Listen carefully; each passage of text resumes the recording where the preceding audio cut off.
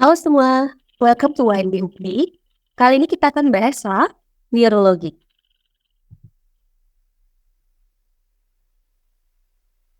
Nah, sebelum baca soal, lebih baik kita membaca pertanyaannya dulu ya teman-teman ya. Nah, jadi pertanyaannya, apakah edukasi yang dapat diberikan kepada pasien tersebut? Nah, kita baca dulu ya soalnya. Pasien laki-laki berusia 40 tahun datang ke poliklinik saraf dengan keluhan nyeri punggung ya. Nyeri dirasakan menjalan sampai ke kaki.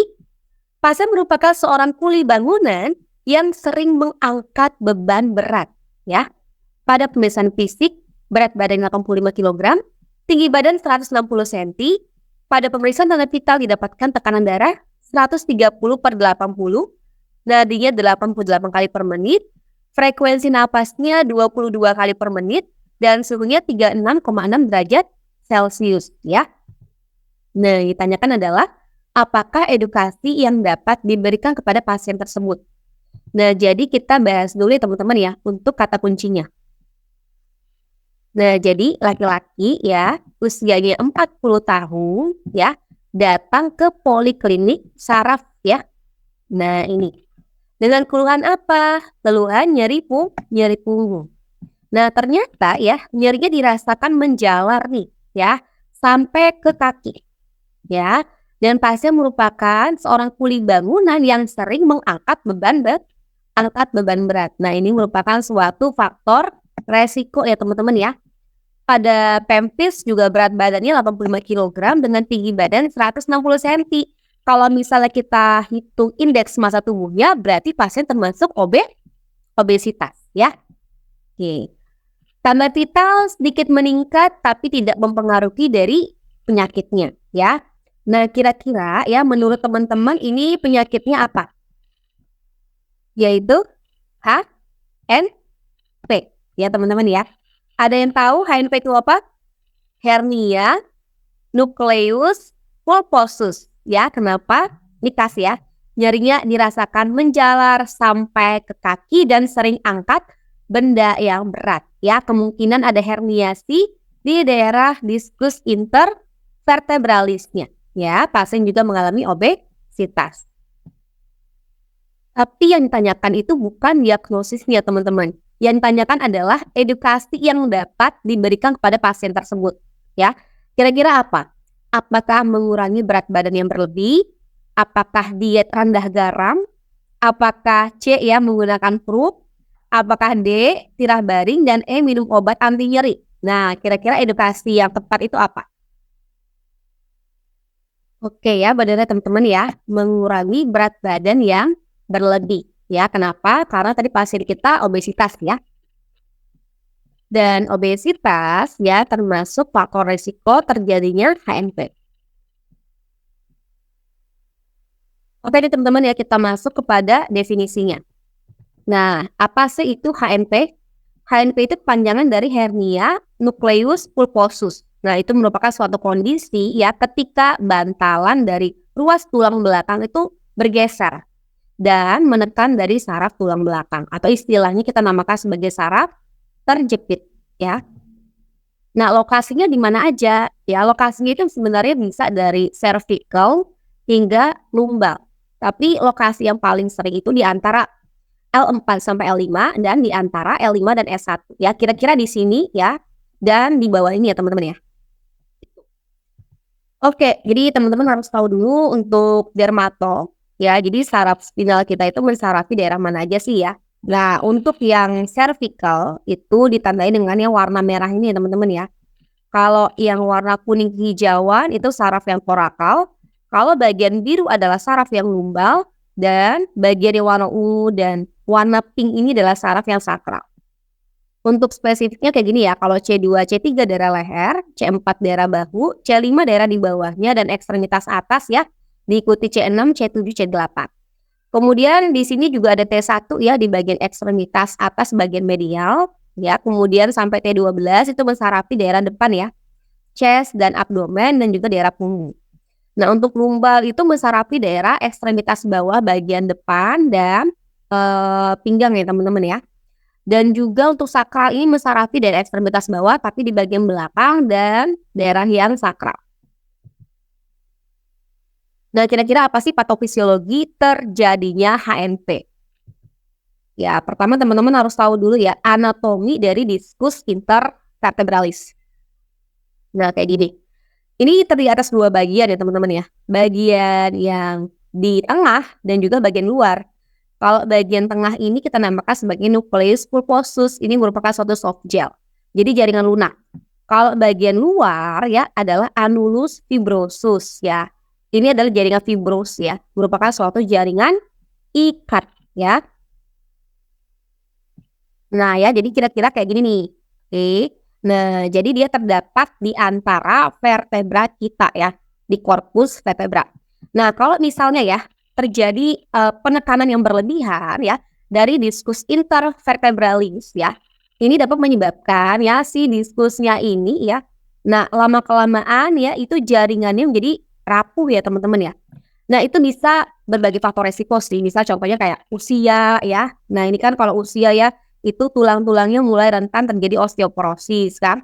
Kemudian dari berat badan berlebih ya. Kita tahu vertebra kita ini dia menopang berat badan sehingga kalau pasiennya obesitas tentunya penekanan terhadap diskusnya juga akan bertambah. Kemudian bisa juga karena ya ngangkat benda berat ya. Nah, kalau angkat benda berat ya kelihatan tuh kayak gini ya teman-teman ya tuh kan. Nah, ini juga bisa menyebabkan penekanan berlebihan pada daerah diskus intervertebralis. Kemudian bisa juga karena trauma ya, aktivitas fisik atau tumor itu juga bisa menyebabkan tekanan yang berlebihan. Nah, kalau hal ini terjadi setiap hari ya terus-menerus, hal ini bisa menyebabkan ya si annulus fibrosus ya yang terdapat di bagian luar ini lama-lama bisa ruptur. Nah, kita lihat gambarnya. Oke, dan menyebabkan nukleus pulposusnya ini jadi keluar dan menekan dari saraf spinalis. Nah, itulah yang menyebabkan terjadinya nyeri ya. Kalau bagian lumbal menyebabkan terjadinya low back pain. Kemudian kita masuk kepada gejala klinis dari HNP itu sendiri ya teman-teman. Oke, yang pertama kalau HNP-nya itu terjadi di daerah cervical ya, kita lihat dulu gambarnya. Oke ya, kalau misalnya terjadi di daerah cervical ya maka akan ada nyeri daerah leher ya, bahu dan lengan atas ya. Kemudian bisa juga terjadinya ya kesemutan ya, mati rasa atau mungkin kelemahan pada daerah anggota gerak bagian atas ya gitu. Oke, lanjut ya. Kalau hernianya itu terjadi di daerah torakal, kira-kira gejalanya itu gimana? Nah, adanya nyeri ya, tapi nyerinya itu di bagian daerah punggung ya teman-teman ya, sesuai dari dermatom yang telah kita pelajari tadi. Dan juga nyerinya itu bisa menjalar ke depan ya, seperti bagian dada dan juga bagian abdomen bagian atas. Oke, kalau HNP-nya terjadi di daerah lumbar ya, kira-kira itu gejalanya itu gimana sih? Nah, kalau HNP lumbar ya itu khas ya teman-teman ya. Ini dia mengalami gejala low back pain ya, nyeri daerah punggung bawah, kemudian biasanya menjalar sampai ke daerah kaki nih. Bisa sebelah kanan atau sebelah kiri maupun bisa keduanya. Dan biasanya itu nyerinya itu tambah parah kalau misalnya dia itu mengedan ya, batuk ya, bersin atau mungkin berdiri dalam jangka waktu yang lama. Nah ya, pasiennya juga bisa mengalami kelemahan dari ototnya ya di bagian kaki, kesulitan berjalan. Dan juga ya, ini tanda bahaya teman-teman ya, kayak red flags gitu ya. Nah, jadi red flags atau tanda bahayanya itu bisa ya menyebabkan pasien terjadinya inkontinensia urin ya maupun feses. Jadi sulit itu ya menahan untuk buang air kecil maupun buang air besar ya. Dan juga ya pasiennya juga bisa terjadinya penurunan ya refleks ya seperti misalnya pada daerah lutut dan ankle. Oke, gimana sih cara kita mendiagnosis dari HNP ini? Yang pertama tentunya anamnesis ya teman-teman ya. Nah, jadi kalau misalnya pasien datang kita tanya dong, ya ini kenapa nih? Ya kan historinya kenapa? Gejalanya kenapa? Kita lihat juga nih pasiennya usia tua apa enggak. Ya kalau kita lihat di gambar kan ya usia muda. Berarti faktor degeneratif kita singkirkan. Kemudian juga pasiennya kan juga kalau dari gambar ya kan tidak obesitas nih ya kan. Berarti faktor resikonya kita coret ya.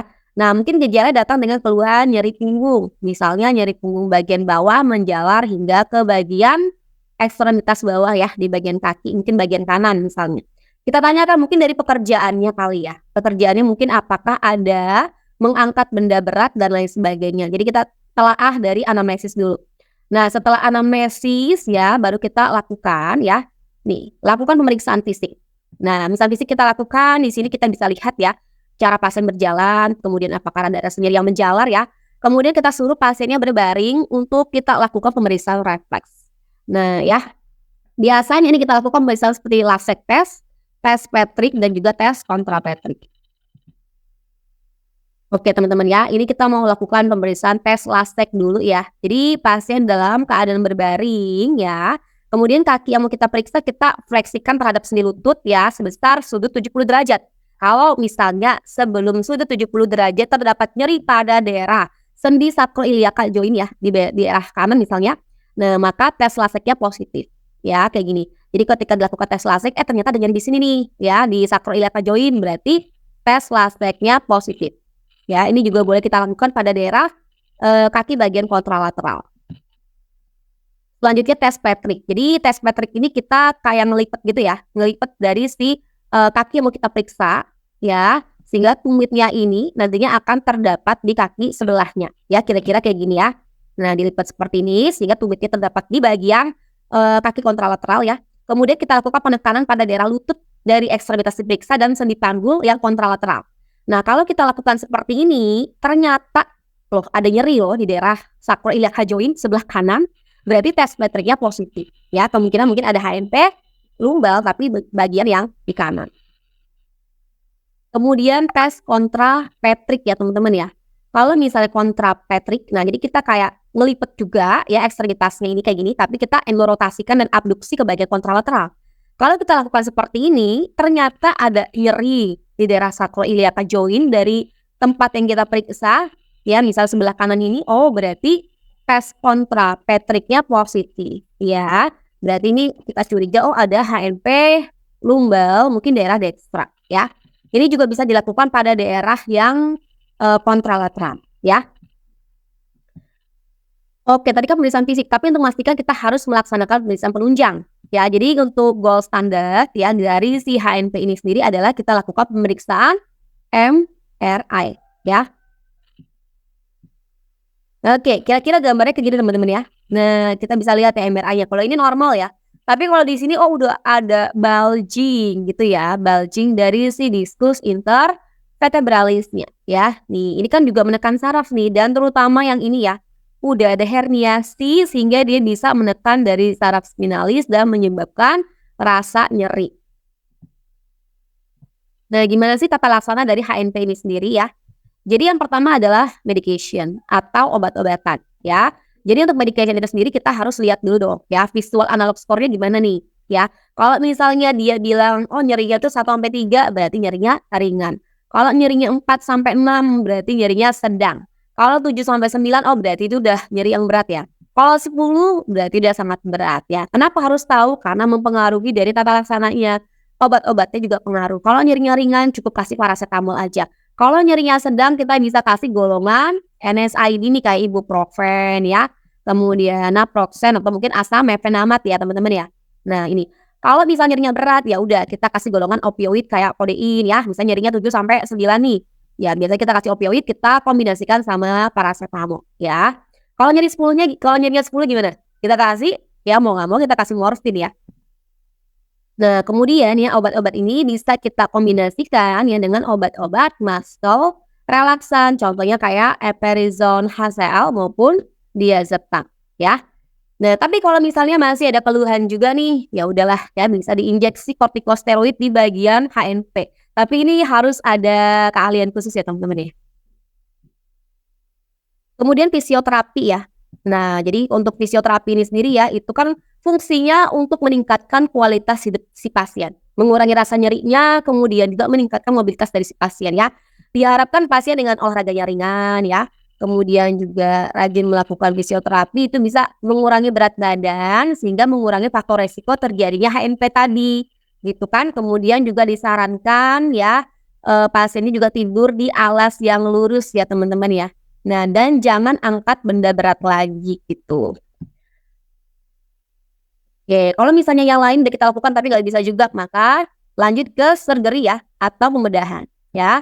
Nah, jadi ini opsi terakhir kalau memang nggak bisa juga ya udah ya mau nggak mau dilakukan pembedahan nih. Nah, tapi kalau misalnya saraf yang mempengaruhi dari motorik pasien, misalnya dari cara pasien berjalan, kemudian mempengaruhi pasien buang air kecil maupun buang air besar, kalau gitu kita lakukan ini deh ya, disc or removing. Jadi kayak kita meremove dari diskus intervertebralisnya ini ya, kemudian diganti dengan metal hardware ya, dan kemudian difusikan dengan si, vertebranya untuk menjaga stabilitas.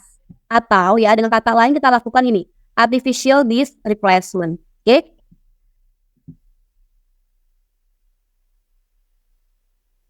Oke deh ya, sekian dulu perjumpaan kita, sampai jumpa di slide berikutnya ya.